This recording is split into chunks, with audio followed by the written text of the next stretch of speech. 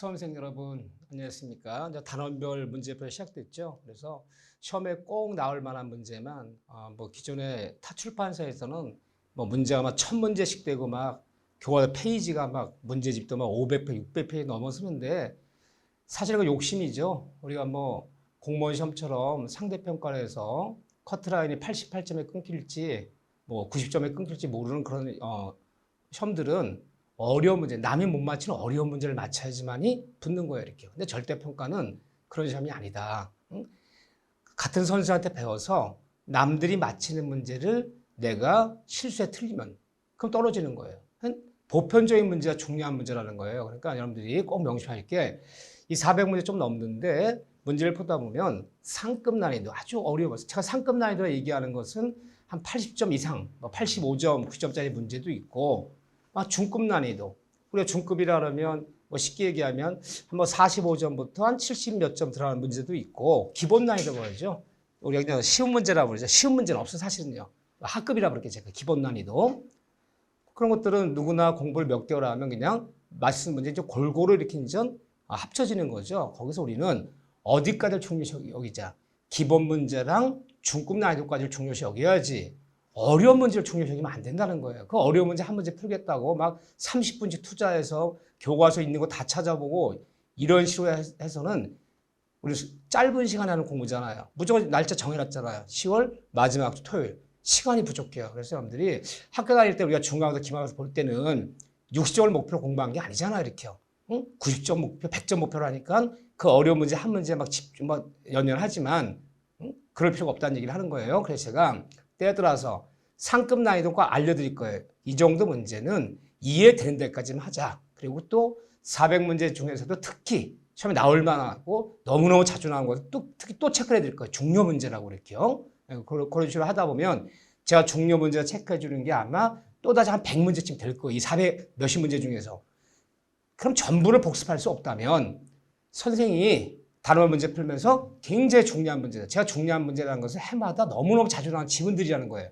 지문이 중요하다는 건 지문. 그 5지문이 너무 중요하다라고 체크해 준 건 반드시 복습해 주셔야겠죠. 자, 첫 번째 총칙인데 출제 비중을 알아야 돼요. 무조건 그냥 갖다 푼다는 게 아니라 출제 비중에 맞춰서 시간 조절을, 공부량을 조절해야 되는 거예요. 첫 번째가 법률관계 법률의 파트예요. 이 법률 파트에서는 한 문제쯤 나온다고 보시면 돼요. 어디가 나올 것인지 이 다음에 또 설명드리고요. 법률 의사표현 파트에서 보통 한 2문제쯤 잡으면 돼요. 물론 3문제 나올 수 있을 때 보통 2문제. 자, 대리 문제도 그냥 2문제 잡으면 돼요. 물론 어쩌다 3문제 나올 수도 있다. 작년에 33회 때 3문제 나왔죠, 대리가. 무효 취소 2문제. 이렇게 보면 6문제죠, 이렇게요. 그럼 기한은 1문제. 그럼 총 8문제 정해진 거예요. 8문제는 정해져 있는데 이 중에서 이제 법률의 파트에서 2문제 나올 수도 있는 거고 의사표에서 3문제 나올 수도 있는 거고 이런 변수는 있어요. 지금 요거는 고정됐다는 거예요. 이렇게 고정된 거다. 그래서 출제 비중은 우리는 딱 정해놓고 하는 시험이지 어디가 공부량이 많고 내용이 어렵다 해서 거기만 집중적으로 출제하고 내용이 간단하고 쉽다 해서 안 내는 게 아니라 똑같이 이렇게 분배해서 낸다 이렇게요. 항상 공부할 때 명심하셔야죠. 또 하나 제가 민법 총칙 문제 풀려 들어가면서 민법 총칙은 공부하기는 어렵다. 너무너무 공부하기 어려워요. 총칙 문제. 다 어려워요. 여기가 5파트가. 너무 용어가 추상적이고 너무 학문적이어서 용어들이 너무 어려워. 복대리, 무건대리, 표현대리, 비진이 표시, 예를 들면 유동적 무효, 용어도 까다롭고 학문적이란 말이에요. 공부하기 어렵지만 시험에서 총칙은요. 시험에서 득점은 의외로 쉬워요. 왜 이런 표현을 쓰느냐. 총칙은 공부하기 어렵지만 총 10문제 중에서 8문제는 나올 만한데 딱 정해져 있어요. 해마다 거기를 출제한단 말이에요. 굵직굵직하게. 그래서 여러분들이 공부할 때 혹시 한두 지문, 추상적인 지문 모르더라도 너무 신경 쓰지 말자. 응? 총칙은 굵직한 문제를 낸단 말이에요. 10문제 중에 8문제는 굵직굵직한 문제들. 응? 지엽적이거나 너무 추상적인 문제들은 과거의 스타일이다. 최근 7, 8년의 스타일은 총칙을 쉽게 낸다. 그렇죠. 쉬워도 어렵죠. 이렇게 좀 너무 총칙 문제 겁먹지 마시고요. 자, 이렇게 좀 대략 말씀드리고 바로 1번 문제부터 문제를 들어가겠습니다. 자, 1번 문제 보면 용어들이죠. 용어들. 단다시 문제죠. 41번. 첫 번째 문제는 단다시 문제, 뭐 가불병이 나오는 것도 아니고 무슨 뭐 박스형 문제 나오는 것도 아니고 판례를 묻지도 용어들을 물어요. 근데 요 파트가 1번, 2번, 3번 세 문제인데 이 파트는 출제 비중은 한 4년에서 5년 정도에 걸쳐서 한 문제쯤 나와요. 우리 문제집에 있는 것들이 대부분 출제 비중이 높은 것들만 되어 있는데 첫 번째 페이지만은 출제 비중이 굉장히 좀 떨어진다. 왜 그러냐? 공인중개사 업무에 필요한 민법 조치를 묻겠다는 거지 학문적으로 묻지 않기 때문에 과거에 진짜 다르다는 거예요. 과거니까 여기 좀 꼭 나와서 한 문제씩. 최근에 7년간 기출문제를 보면 딱 한 문제는 이제 두 번 나와서 두 번이요. 그러니까 여러분들이 여기는 용어들을 알면 안 돼요. 모르는 본데 넘어가셔야 되는데. 자, 1번 문제 한번 봐볼까요? 자, 다음 중 권리의 변동이요. 권리 변동과 그런 예시를 연구한 것 중에서 옳지 않은 것은 틀린 거 고르라는 거죠. 틀린 거. 그리고 어떤 때는 항상 객관식 문제 풀 때는 시험장 하면 정신이 없단 말이에요. 다 풀어놓고 맞는 걸 고르는데 틀린 걸 고르고요. 틀린 거 고르는데 맞는 걸 고르고. 이 바꿔서 고르는 경우가 있어요. 정신이 없다 보니까. 그래서 항상 문제를 보면 습관적으로 옳지 않은 것은 그러면 X를 고르자. 이렇게 치고 맞는 걸 고르자 하면 문제를 고르면서 동그라미를 고르자. 항상 이걸 습관적으로 하셔야 돼. 그러면 처음에 원시득이요. 최초로 권리를 만드는 거. 경매에 의한 권리 취득은 뭐죠? 승계 취득이죠. 원시득이 아니에요. 경매는 뭐다? 매매다, 매매. 특수한 매매일 뿐이다.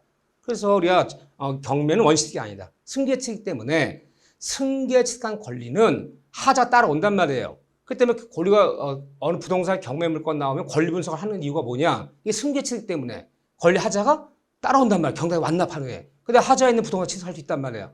근데 원시득이라면요. 하자가 없는 거죠. 이 때문에 경매는 특수한 매매일 뿐. 매매는 승계 취득이잖아. 이전적 승계. 그래서 조심하지. 경매는 원시득이 아니라 승계 취득이다. 이 질문은 굉장히 비교 중요한 질문이에요. 이렇게요. 뭐 승계 취득에는 외우지 않아 좋아요. 승계 취득에는 이전적 승계가 있고 설정적 승계가 있다. 근데 이전적 승계는 다시 특정 승계가 있고 포괄 승계가 있다. 우리가 포괄 승계 그러면 한 번에 권리 다 물려받는 거. 상속, 뭐 합병 그러면요. 전 사람의 권리 한 번에 다 물려받으면 포괄 승계, 유언, 유증, 상속, 법인 같은 합병 같은 거. 특정 승계는 딱딱 하나씩 물려받는 거. 그러니까 매매, 교환, 증여는 특정 승계. 특정 승계.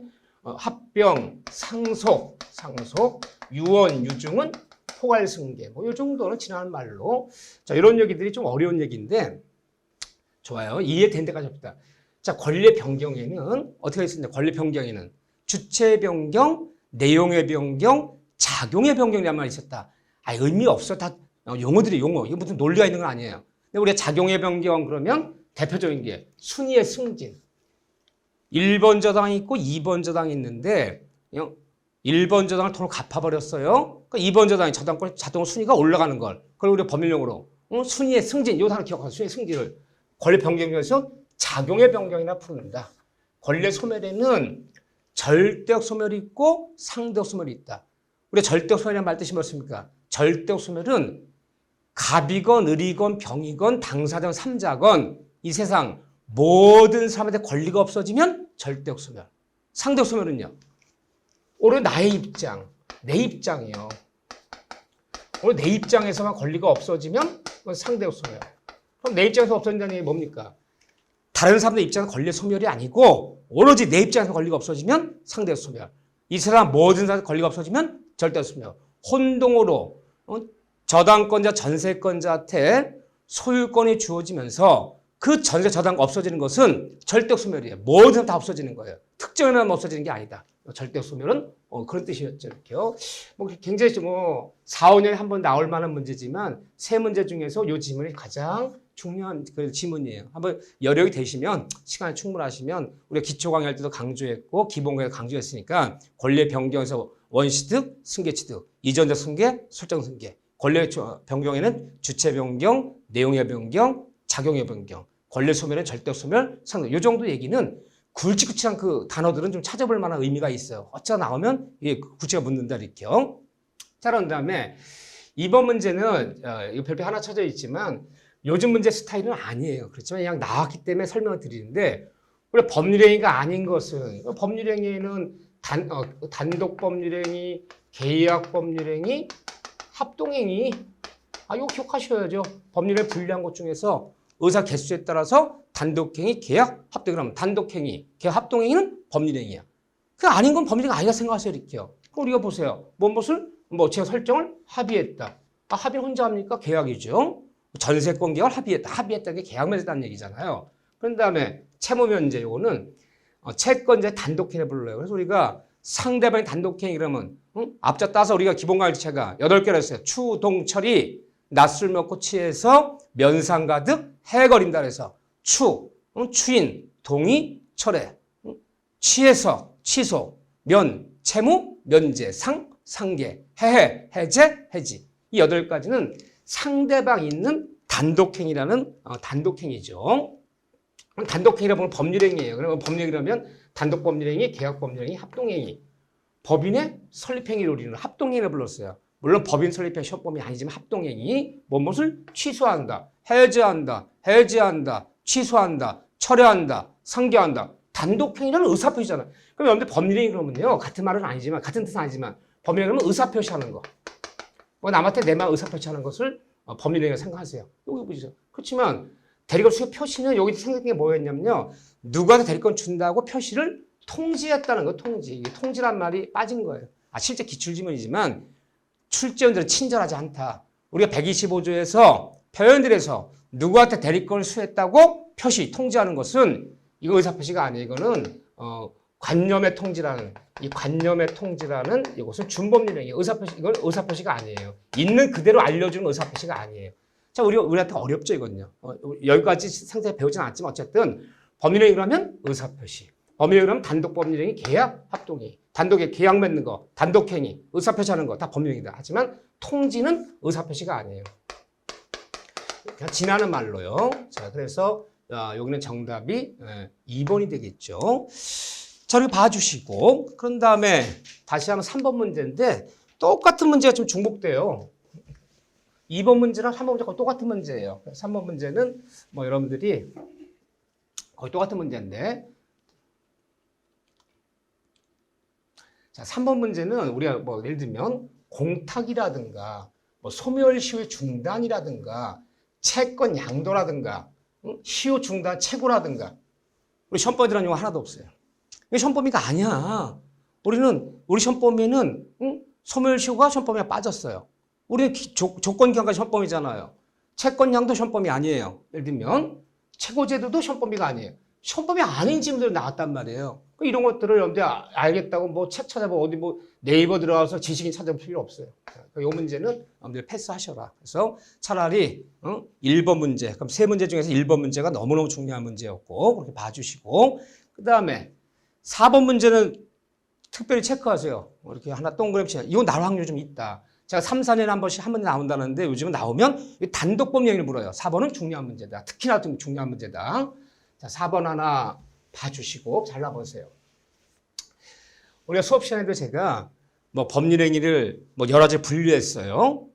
의사를 개수했다, 단독법률행위, 단독행위, 상대방 있는 단독행위, 상대 없는 단독행위 외우자 그래서 제가요. 계약 합동행위, 그 다음에 이행행위를 남기느냐 남기느냐에 따라서 처분행위했다, 부담행위했다, 채권행위, 물권행위. 그 정도 용어들을 우리가 좀 봐주셔야 되는데 은근히 중요한 질문이에요. 이거요. 간단한 문제지만 단독행위란 게 뭐예요? 일방적 의사표시하는 거야. 하나 의사표시로 일방적 효과 생기는 게 바로 단독법률행위예요. 단독행위는 다시 여기는 상대방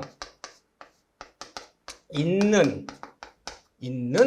단독행위라는 것이 있고 다시 상대방 없는 단독행위로 나눠진다. 그게 중요한 얘기죠. 근데 둘 다 있는 단독행위건 없는 단독행위건 둘 다 의사표시 개수는 딱 하나예요. 하나.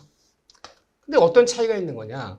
참 주의할 것은 우리가 민법용어를 배울 때 상대방 없는 단독행위가 상대방이 사람이 없다는 뜻이 아니에요. 유언유증하면 받는 사람이 있어요. 내가 소유권 점유권 포기하면 이익 받는 사람이 있어요. 사람이 없다는 뜻이 아니다. 상대방 없는 단독행위는 내 일방의 의사표시가 특정인에게 특정인에게 도달시킬 필요가 없다 해서 없느냐 부르는 거지 상대방의 사람이 존재치 않다면 틀린 지문이야. 상대방이 있는 단독행위요. 내가 일방의 의사표시를 하지만 상대방이 있기 때문에 상대방한테 도달은 돼줘야 되는 거야. 그러면 잘 봐보세요. 상대방 없는 단독행위와 있는 단독의 차이점은 뭡니까? 의사표시의 효력, 발생 시기에 차이가 있는 거예요. 언제 효력이 발생? 일방적인 의사표시는 언제 효력 발생하느냐?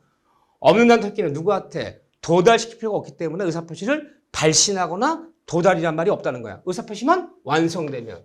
의사표시 완성됐을 때 우리 뭐라 불러? 표백시에 그러지. 표백. 의사표시만 완성되면. 유언장 작성만 끝나면. 서면 작성만 끝나면 그 서면을 누구한테 발신시키거나 도달시키지 않아도 서면 작성이 끝났을 때 효력은 일반적으로 발생하는 거예요. 이건 효력 시점의 표백주의예요. 표백주의. 그죠? 있는 단독행위는요. 상대방한테 도달은 돼줘야 되는 거야. 아, 시점에 차이가 있는 거구나. 있는 없는 나눈 이유는 언제로 발생할 것이 일반 의사표시가 도달주의냐 표백주의냐 차이가 있는 거죠. 이런 말도 이제 일단 중요한 얘기고, 그다음에 제가 상대방 없는 단독행위. 자, 요 문제 여기서 이제 보세요. 없는 단독행위 제가 암기하자고 했어요. 제가 민법 가르치면서 요지하는 말은 거의 하지 않아요.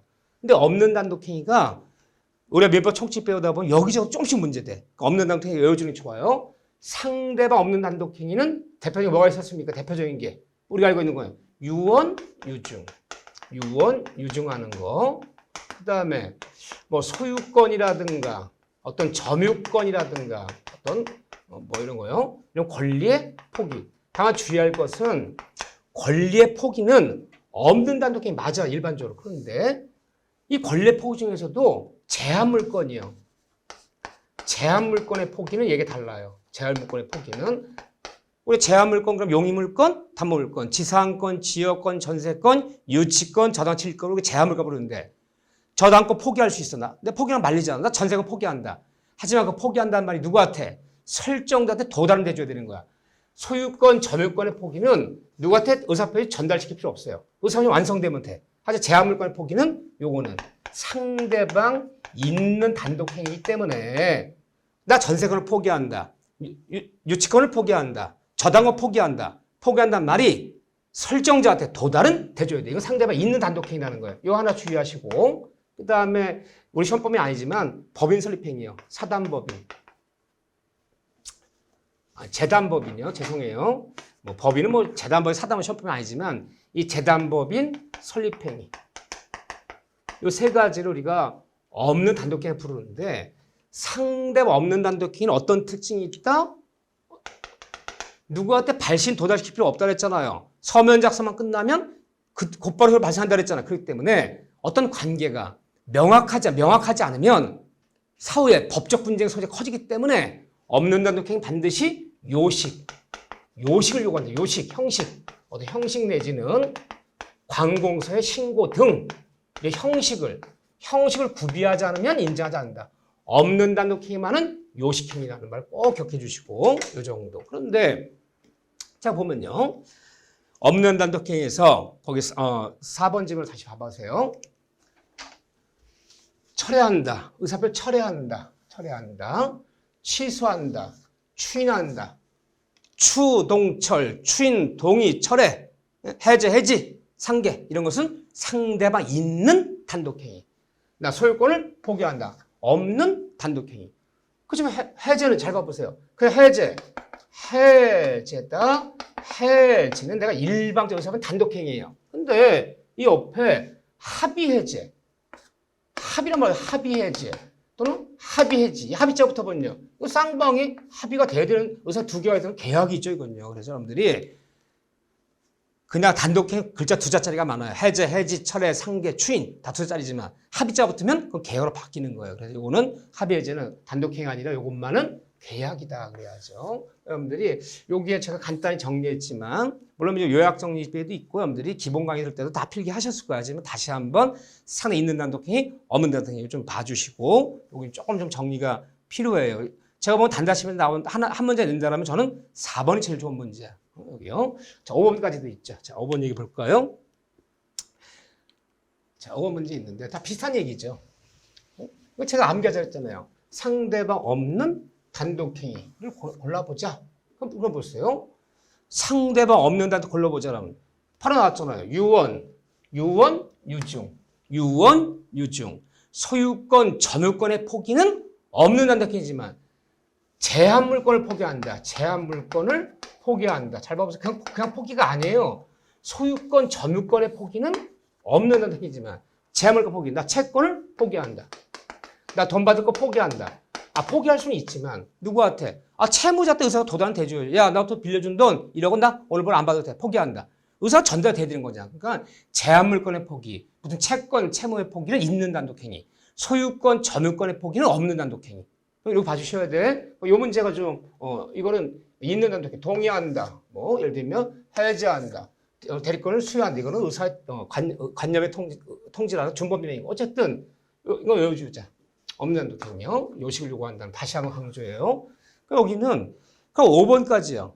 1번부터 지금 5번까지 풀었는데, 여기까지는 무슨 논리가 있는 게 아니다. 그냥 그 중에서 제가 하나 딱 강조하자면 다시 한번 강조. 1번 문제랑 4번 문제를 다시 갖고 복습을 해달라. 이렇게 봐주시고.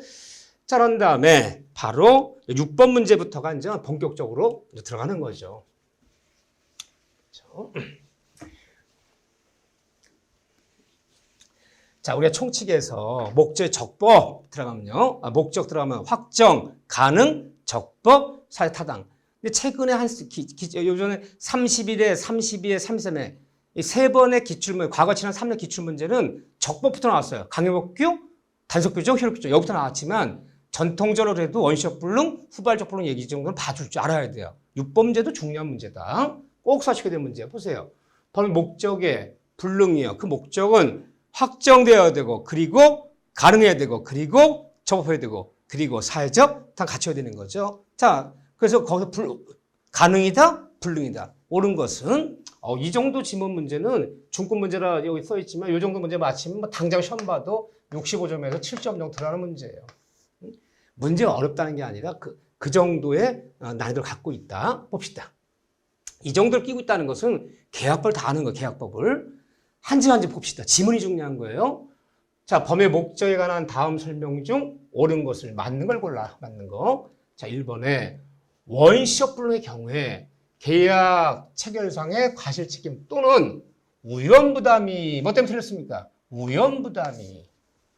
원시적 불능에서는 계약서 할책 문제가 우연부담 문제, 후발적 불능의 문제잖아요. 원시적 불능에서는 계약서 할책 문제가 후발적 불능에서는 우연부담이. 이게 나눠지잖아요. 근데 같이 써버렸잖아요. 지금요. 이 둘 다 생긴다 그랬죠. 틀렸죠. 두 번째, 채무자의 기책사유로. 기책사유란 말이 뭐죠? 잘못으로, 채무 잘못으로 후발적 불능이 된 경우에는 언제나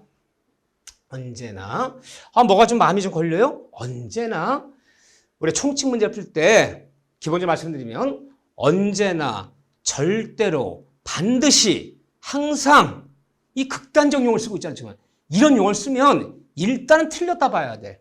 왜요? 법학은 자연과 물리나 수학같이 절대적인 게 없어요. 1 더하기 2가 딱 나오면 절대 진리가 없어요. 사회과학이잖아요. 원칙일 뿐이지 언제나 절대로 그러면 예외가 없다는 거잖아요. 그럼 일단은 틀렸다 보셔야 돼. 그러면 채무자 기시사유 있는 후발적 불능의 경우에는 언제나 채권의 책임 문제가 발생한다. 요 얘기가 때에 따라서는 우연부담 문제로 넘어갈 수도 있어요. 그렇기 때문에 이게 좀 틀리는 거예요. 우연부담이 전환되는 경우도 있잖아요. 틀린 거다. 그래서 언제나 말 때문에 틀리는 거다. 문제 푸는 요령 좀 있어야 돼요. 자, 세 번째 보면 채무자의 기책사유 없는 잘못이 없는 후발적 불능의 경우에는 원칙적으로 채무자는 자신의 이 의무를 면한 대신 상대방에게 대가 지급을 청구할 수 있다 없다. 이거 우연부담 얘기잖아요. 우연부담. 매도인이 천재지변 등으로 매매한 목적을 멸실됐단 말이에요. 그럼 채무자가 항상 우리가 부동산을 상상하자. 원시적 불능, 후발적 불능 부동산 상상하는데 하나 부동산 상상하면 채무자란 매도인, 채권자란 매수인. 매도인이 자기 잘못으로 매매한 건물 불을 냈단 말이야. 그럼 불이 나왔어요. 자기 잘못 없이 천재지변 등으로. 그럼 매도인도 목적 인도는 면하지만 상대방 대금적으로 요구할 수 있다 없다? 없다 그래야죠. 있다가 아니라 없다 그래야죠. 모두 우연부담은 채무자주의. 따라서 매도인은 목적 인도를 면하지만 상대방한테 대금적으로 요구할 수 없고 모든 손실은 다 누가 져라? 채무자주의. 매도인이 져라. 지금 요구할 수 없다. 있다가 틀렸잖아. 없다 그래야지. 이거 우연부담 지문이잖아요. 그래서 제가 이 정도 된다는 거예요. 이게 총체에 나온 얘기지만 다 계약법 얘기야. 이미 이 지문을 한 지문을 다 이렇게 이거는 이래 틀렸고 요게 틀렸고 이렇게 확인해가면서 이걸 볼 수 있다는 것은 공부가 잘 된 거예요. 이렇게요. 다시 한번 연습을 삼으셔야 돼. 네 번째, 법률행위의 일부가 불능인 경우에는 원칙적으로 전부를 불능으로 137조 일부의 법리, 일부가 무효라면 원칙 전부를 무효로, 일부가 불능이라면 원칙을 전부를 불능으로, 일부가 취소라면 원칙은 전부를 취소. 일부자만 들어가면 일부가 문제된 민법은 원칙은 전부를. 이걸 일부 무효 법리라 불러요. 일부 취소, 일부 불능, 일부 무효, 일부 통정, 일부 103, 이거 다 붙이면 돼. 일부가 103주반이라면 전부를 103주반으로 하는 것이 원칙이고, 이해되죠? 일부를 취소할 수 있다면 원칙은 전부를 취하는 원칙이고, 예외적으로 나머지가 유효한 예제는 있지만 원칙은 일부가 문제되면 원칙은 전부를. 포인트를 볼 줄 알아야 돼요. 일부장, 일부만 법리라 부르잖아요. 맞는 지문이죠. 일부 130주에. 자, 5번 지문 중요한 지문이죠. 타인소의 부동산을 매매하는 계약은 각종 계약 맺는 거, 임대계약 맺건 매매계약 맺건 각종 계약 맺는 거 우리는 채권행위라 불러요. 채권행위. 물권행위와 채권의 차이점은 뭐죠? 채권행위는 부담행위는 무권리자, 무관한 자의 채권행위도 타인의 것을 매매한 것도 타인의 것을 임대계약 맺은 것도 무효가 아니라 유효하다. 무관한 자, 무권리자 채권행위는 무효이다 아니라 유효하다. 그 계약 자체는 무효가 아니라 유효하다 그래야죠. 다만 무관한 자, 무권리자의 처분행위는 처분행위는 말이 법률용어잖아요. 처분행위 그러면 등기 내는 거, 등기. 물권행위. 처분행위 이꼴 물권행위 이꼴 등기 내는 거. 무관한 자, 무권리자가 등기를 내줘서 등기. 그럼 그 등기 다 무효예요. 자, 무권리자, 무관한 자 채권행위는 유효. 무관한 자, 무권리자의 처분행위 등기는 무효. 구분하셔야죠. 계약은 채권행위, 무효가 아니라 유효하다 그래야죠. 여러분들이 요 5지문은 정답은 고르는 게 문제가 아니라 전부 왜 맞았지, 왜 틀렸지 다 고민하셔야 돼. 그래서 이해가 안 되시면 여기 생각하셔야 돼. 이 지문들은 너무너무 중요한 지문들이다. 그래서 물론 정답 4번이었지만 4번 맞는 지문이지만 나머지 지문들이 어디가 틀렸는지를 다 볼 줄 알아야 돼요. 탁탁탁 포인트를. 이게 바로 공부다. 그래서 문제 정답만 맞추지 말고 그 지문 공부를 하셔야 돼. 지문을 계속 반복적으로 공부하다 보면 그 지문이 전 돌기 시작해요. 빙빙 돌기 시작해요. 지문 공부가 중요한 거다. 자, 이런 얘기고 그 다음에 7번 문제 볼까요?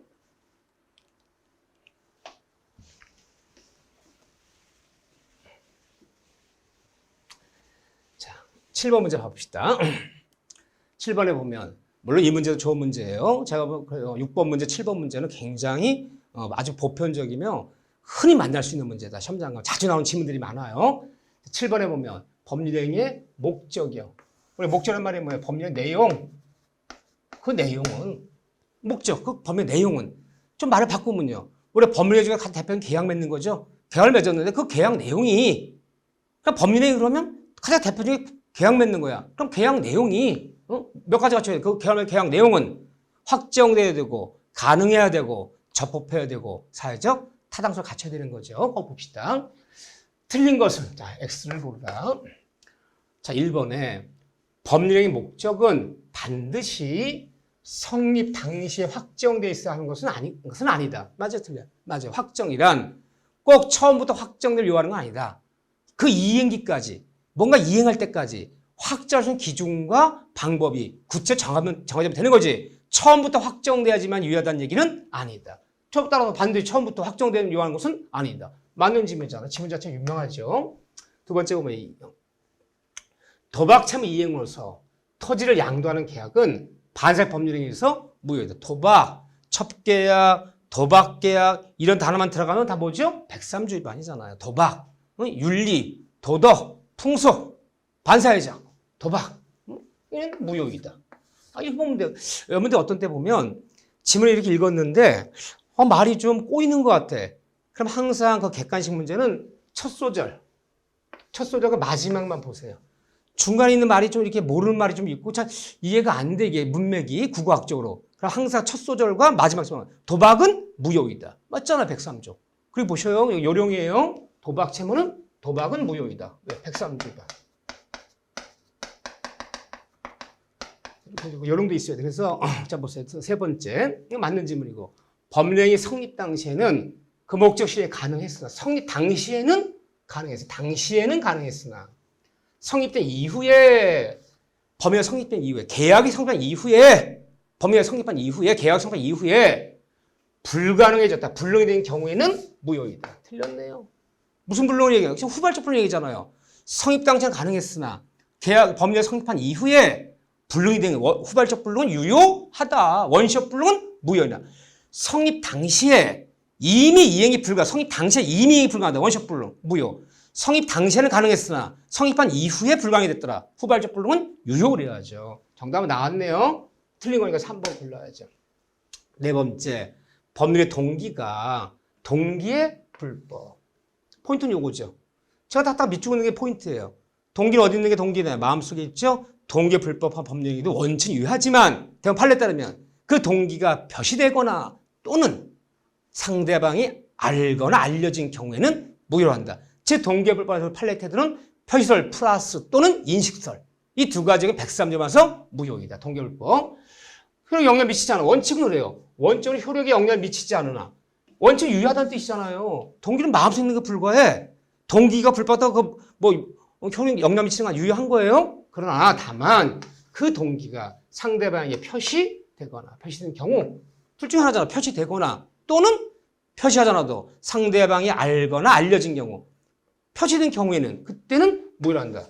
동기불법 103조 표시설 플러스 인식 두 가지 중에 하나만 갖추면 무효이다. 자 보세요. 5번에 목적은 적법해야 하지만 모든 법규범에 위반한 법률행위가 뭐가 되는 건 아니다. 법규범에는 강행법규라는 것이 있고 법에는 이미 법규가 있고 이거 위반해도 유효하잖아요. 또 강행법 중에서 효력 규정이 있고 탄속 규정이 있잖아.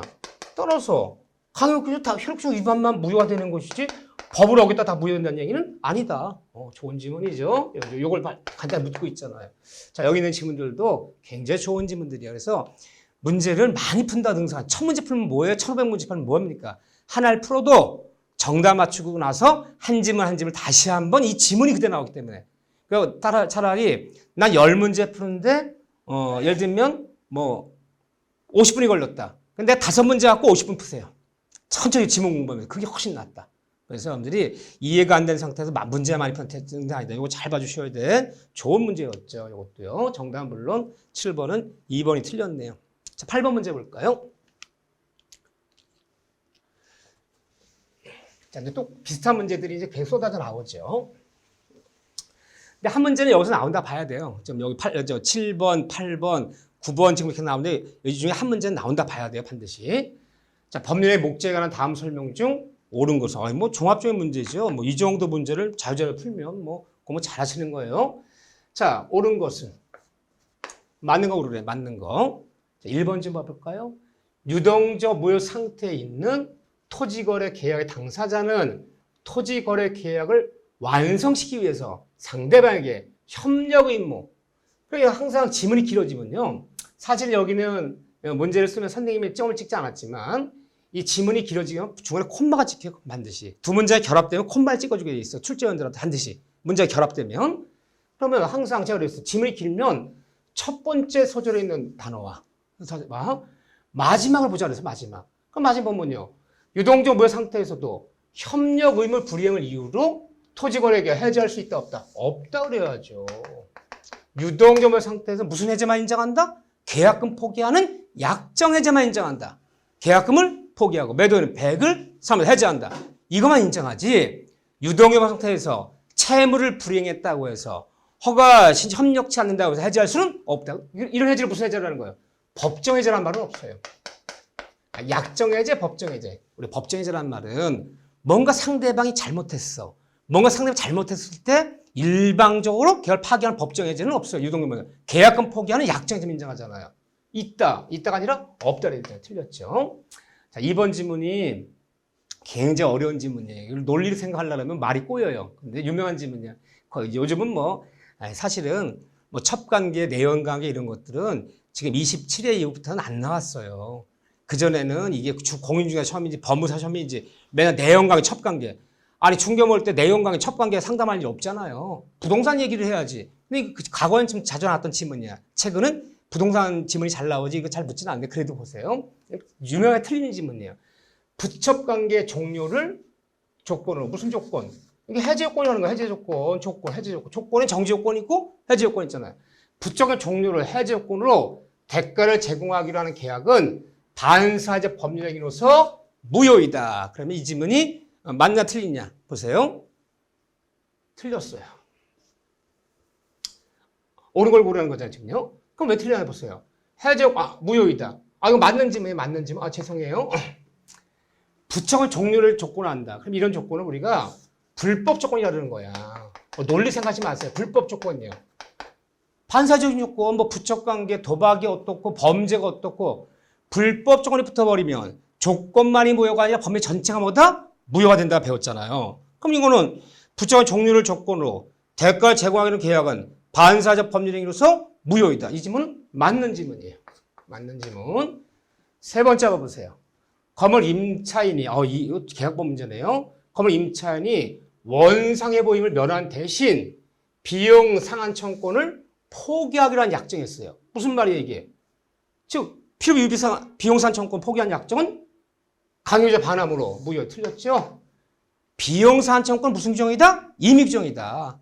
특약으로 배제할 수 있다. 원상부 특약이 있다면 비용 상은 배제되는 거다. 비용 상한 청구권만은 강요정이 아니라 임의 규정. 특약으로 배제할 수 있다. 무효가 아니라 유효하다 그래야 돼. 유효하다. 했어요. 네 번째 봐보세요. 부산 이중매매에서 제2매수인이 매도인의 배신에 적극 가담한 경우는 제2매매는 반사적 법률행위로서 무효다. 이게 또 맞는 질문이에요. 좀 정답이 두 개가 나왔어요. 이거 뭔가 오타 나왔어요. 2번도 정답이고 4번도 정답이다. 하나는 이 다음에 정오편 나눠드릴 겁니다. 자, 5번에 보면 귀국일로부터 일정 기간 근무하지 않으면 해외 파견 소요 경비를 배상해야 한다는 사건의 약정은 반대 무효다. 이건 틀렸어요. 이걸 뭐라 그러냐. 기간을 정한 평생 동안 퇴직하지 않는다. 평생 동안 딴 업체 가지 않는다.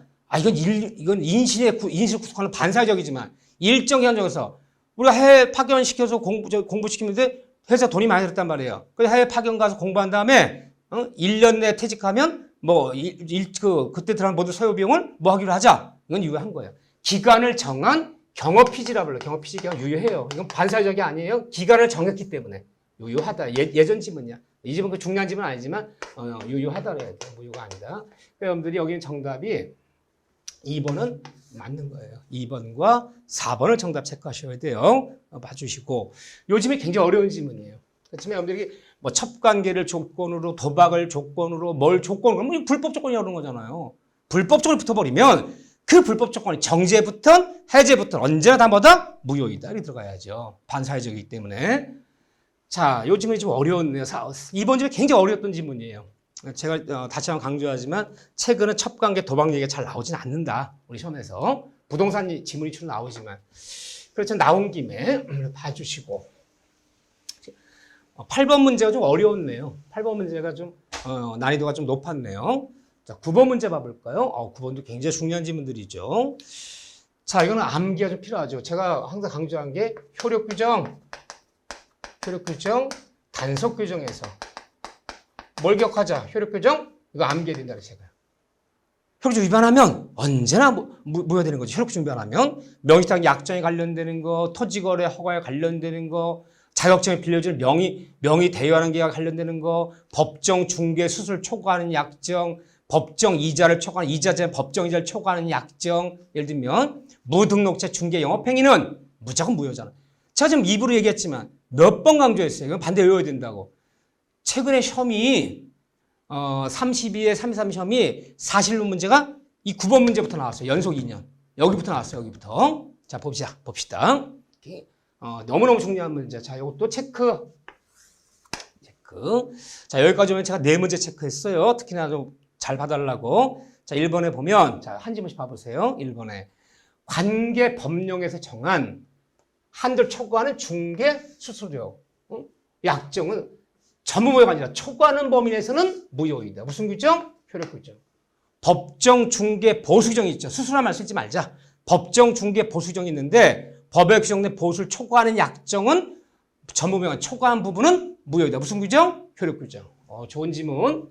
두 번째, 이거 어려운 지문이죠. 강제 집행을 면할 목적으로 부동산 허위의 근저당을 설정하는 행위. 이게 바로 통정의 표시예요. 짜고 하는 건 통정 허위 표시. 통정 표시가 짜고요. 이것은 반사적 법령에서 무효. 이것 때문에 틀린 거예요. 비록 통정의 표시가 가장행위가 무효지만 103조의 무효는 아니잖아요. 통정의 무효 103조 무효 되면 절대 무효 되잖아요. 상대 무효잖아요. 그래서 비록 가장행위가 무효일지언정 그렇다 해서 103조 무효는 아니다 그래야죠. 무효이다. 그래 틀렸네요. 틀렸고 3번에 보면 보험이 어떻고 보험 사기가 어떻고 부정해요. 딱 봐도 반사회적이죠. 범죄, 도박, 내연관계, 인륜에 윤리에 반하고 정의에 반한 거다. 이런 건 상식이죠. 이거 무효이다. 왜? 103조반이니까. 맞는 질문이죠. 자, 소송에서 사실들을 증언해 줄 것을 조건으로 어떤 급부할 것을 약정했더라. 급부를 약정했더라. 금품 수수액이잖아요. 네가 증언실에 나가서 이렇게 증언해주면 이 말만 해주면 내가 1,000만 원 줄게. 5천만 원 줄게. 금품 수수액만 나오면 뭐다? 반사적이죠. 이 얘기가 돈 얘기만 나면 무조건 반사적인 거죠. 이것은 무효이다. 오케이, 맞아요. 5번에 범의 성립 과정에서 강박이라는 또는 기망이라는 강박은 해악을 고지해서 공포심 조성하는 거. 기망은 남을 속이는 거. 어떤 범의 성립 과정에서 계약 성립 과정에서 강박이나 기망이 들어갔으면 이것은 사기가 원인으로 취소할 수 있을지언정 강박했다고 기망했다고 법령이가 무효할 수는 없다. 맞는 틀린 질문? 맞는 질문이잖아요. 맞는 질문. 그러면 9번에 틀린 것은 2번만 틀려. 그래서 이런 질문들이 판례 지문인데 조심하셔야 돼. 좀 아주 고급스러운 지문이야. 요 정도 문제를 5지문을 다 소화한다라면 역시 또 75점 이상 되는 점수예요. 여러분 스스로 지금 시험 봐도. 그래서 제가 다시 한번 강조하지만 효력 규정, 단속 규정 꼭 기억하셔야 돼. 우리 봐주시고 10번 문제하고 똑같은 문제예요. 그렇지만 9번 문제, 10번 문제 연속해서 연습하셔야 돼. 다음 주 법의 효력이 다른 것은 사실은 최근 제가 32회 때, 33회 때 나온 게 바로 이 문제들이야. 이렇게 박스를 딱 쳐놓고요. 무효 고르시오, 유효 고르시오. 이렇게 딱 몇 가지 암기하셔야 돼. 다시 한번 연습이에요. 자, 개업공인중개상이 중개의뢰인과 직접 거래하는 약정. 이게 자기계약이잖아, 자기계약. 금지 약정은 효력규정, 단속규정. 이거는 단속규정이에요. 그래서 위반하면 공인중개사가 중개의뢰물을 자기가 직접 매수해버렸어. 자기가 매져버린 것은 적발되면 처벌을 받을지언정 그 매매는 유효하다. 이건 유효. 효력 다른 건 유효해요. 그런데 명시상 얘기만 나오면 효력 규정 무조건 무효가 되는 거죠. 그런 다음에 금전에서 이율이 사회통념에서 허용되는 이자제한법 이자 얼마 초과하지 말라는 고연의 이자 무효죠. 초과하는 부분은 무효이다. 금품 수수액만 하면 무효이다. 부적의 종료를 해제 조건으로 하는 증여계약도 무효이다. 보세요. 아까 제가 정답 2개라고 그랬잖아요. 여기는 보세요. 부적의 종료를 해제 조건으로 하는 증여는 무효이다. 무효잖아요. 그럼 이게 유효해져야 되잖아. 아까 거기 지문이. 그래서 아까 그 정답이 2개가 된 거예요. 그게. 부적의 종료. 부적의 종료. 첩이라는 말만 나오면 이게 뭐예요? 불법 조건이지. 반사적 조건. 불법 조건은 범죄를 저지르면 내연관계가 어쩌고 도박이 어떻고 정지 조건에 붙든 해제에 붙든 불법 조건에 붙어버리면 모든 그 조건만이 무효가 아니라 범죄 전체가 언제나 무효이다. 103조 방어서. 이 불법 조건이야 부르는 거야. 그럼 무조건 해제에 붙든 정지에 붙든 전체 범죄 전체가 103조 위반으로 무효다 그래요. 다 무효네요. 근데 그렇지만 1번만은 유효. 이건 단속 규정. 나머지는 다 효력 규정 내지는 다 103조잖아요. 103조반이잖아요. 이렇게 보셔야 돼. 9번, 10번 문제가 의외로 굉장히 좋은 문제다. 그래서 좋아. 제가 4군데 체크했지만 가장 최근에 출제 경우는 9번, 10번부터 41번 첫 번째 문제로 2년 연속 출제했다는 거. 자, 여기까지 잘 정리 부탁드립니다. 다음 시간에 103조 반사질서, 폭행이, 이런 파트를 가지고 11번부터 풀도록 하겠습니다. 자, 여러분들 수고하셨습니다.